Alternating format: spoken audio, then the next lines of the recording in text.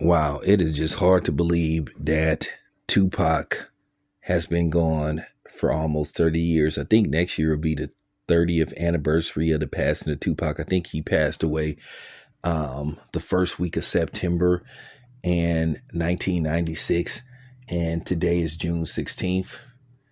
Tupac would have been, I think, 54. Today is his birthday.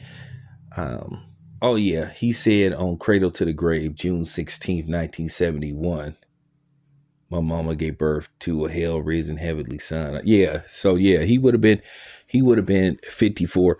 And I wonder if Tupac was around, what would be his thoughts on just what became of people, what became of the black community, what just became of people in general. Because Tupac was saying and hinting that he wanted to quit music and that he was considering going to law school and becoming a lawyer. So it would have been interesting to see if Tupac had followed up with those plans and became a lawyer.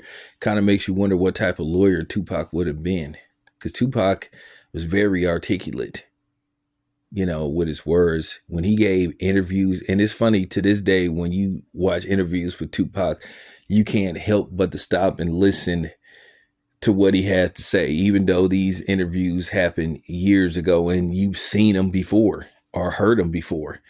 And you just want to listen again because that's the impact that he had on people. That's the impact that he had on people of all walks of life. You got Hall of Fame quarterbacks and Tom Brady saying that Tupac was one of his favorite artists, and Tupac inspired a lot of people. A lot of rappers say they were inspired by Tupac. Some of these rappers wasn't even alive when Tupac, was, making his rounds, building himself, growing as an artist, growing as a actor.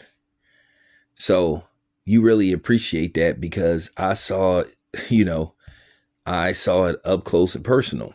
Now, I never met Tupac in person, but, I knew about Digital Underground because Digital Underground was based out of the Bay Area, Oakland to be precise. Money B. Neum all was from Oakland, went to McClymonds and Berkeley High. So, they were based in Oakland. So you had heard about Tupac, and it was funny. Before Tupac ever was seen, they were gearing you up for him. And Tupac delivered when he made his debut on All Around the World. Same song from the Nothing But Trouble soundtrack. And when you heard him, you was like, yeah, he gonna be one of the great ones.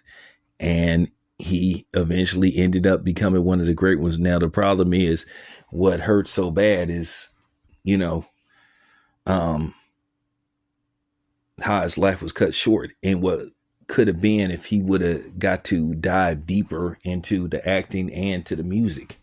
He did all this at the age of 25, which is amazing. You got to be impressed with that for a dude to have that type of impact on people, and lose his life and have people to this day still talking about him. Some people wasn't even, like I said, around, or they were very little when Tupac was at his plight, and I don't think he had reached his peak yet. I think he could have got even bigger. So that's the sad part about it. Is always going to be that question. I wonder if, and then you always ask yourself when it pertains to his death, why? How did a man die so young? But one thing I do appreciate, that there's videos after videos celebrating this man, talking about him and keeping the torch burning. And that's a good thing. Even though he didn't get to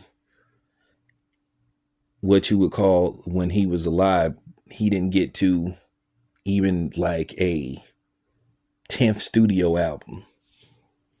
Snoop Dogg, I think, is like on his I can't even keep up with how many studio albums Snoop Dogg they made. That's what I'm saying. Just makes you wonder, if Tupac was around now, what would he be doing, and how would he have felt about um, certain aspects of life, or certain events that happened over the years, you know. So there you have it. Once again, RIP to Tupac. This your boy Town. I'm out.